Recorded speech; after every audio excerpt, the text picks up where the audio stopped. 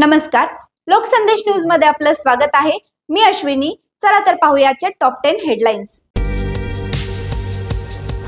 शेतकरी विरोधी वक्तव्य करणाऱ्या लोणीकर कोकाटेंचा विरोध करताना नाना पटोलेंकडून राजदंड उचलण्याचा प्रयत्न, अध्यक्षांकडून पटोलेंचं दिवसभरासाठी निलंबन तर निलंबनाविरोधात विरोधकांचा बहिष्कार।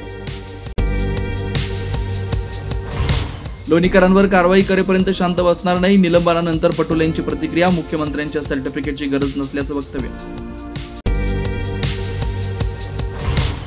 बीडमध्ये कोचिंग क्लासमध्ये लैंगिक अत्याचार प्रकरणी वरिष्ठ दर्जाच्या IPS अधिकाऱ्यांच्या नेतृत्वात SIT, मुख्यमंत्री फडणवीस यांची विधानसभेत माहिती। एकनाथ शिंदेंकडून शिवकोश शिवसेना विश्वस्त संस्थेची स्थापना, शिवसेनेची मध्यवर्ती कार्यालय आणि शाखांचं व्यवस्थापन संस्थेकडे सोपवणार, चोरांच्या मनात चांदणं, भास्कर जाधवांचा टोला। आम्ही केवळ मेळाव्याचा आयोजक, तुम्ही जल्लोष करायचा, उद्धव ठाकरे आणि राज ठाकरेंच्या जनतेला एकत्रित आवाहन, मराठी जणांनी सरकारला नमवल्याचाही उल्लेख। ठाकरेंची शिवसेना आणि मनसेचा 5 जुलैला वरळी मध्ये एकत्रित मराठी विजय मेळावा, शिवसेनेकडून संजय राऊत, अनिल परब तर मनसेकडून बाळा नांदगावकर, संदीप देशपांडेवर नियोजनाची जबाबदारी। राज ठाकरेंना त्रास देणाऱ्या उद्धव ठाकरेंना आता भाऊबंदकी आठवली, ठाकरे बंधूंच्या एकत्र येण्यावर खासदार नारायण राणेंची फेसबुक पोस्ट, उद्धव यांनी राज ठाकरेंना पक्षाबाहेर जायला प्रवृत्त केल्याचा दावा।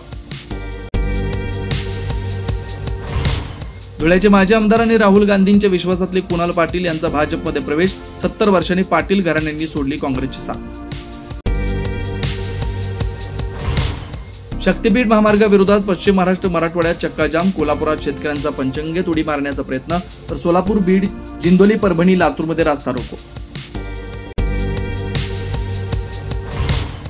वसई विरारमध्ये ईडीचे 16 ठिकाणी छापे, महापालिकेची नगररचना उपसंचालक YS रेड्डींच्या ठिकाणांवरील छाप्यानंतर कारवाई, वास्तुविशारद एजंट यांच्या घरावर छापे। अशाच विशेष घडामोडींसाठी आमच्या YouTube चॅनलला सबस्क्राइब करा, फेसबुकला लाईक करा आणि इन्स्टाला फॉलो करा।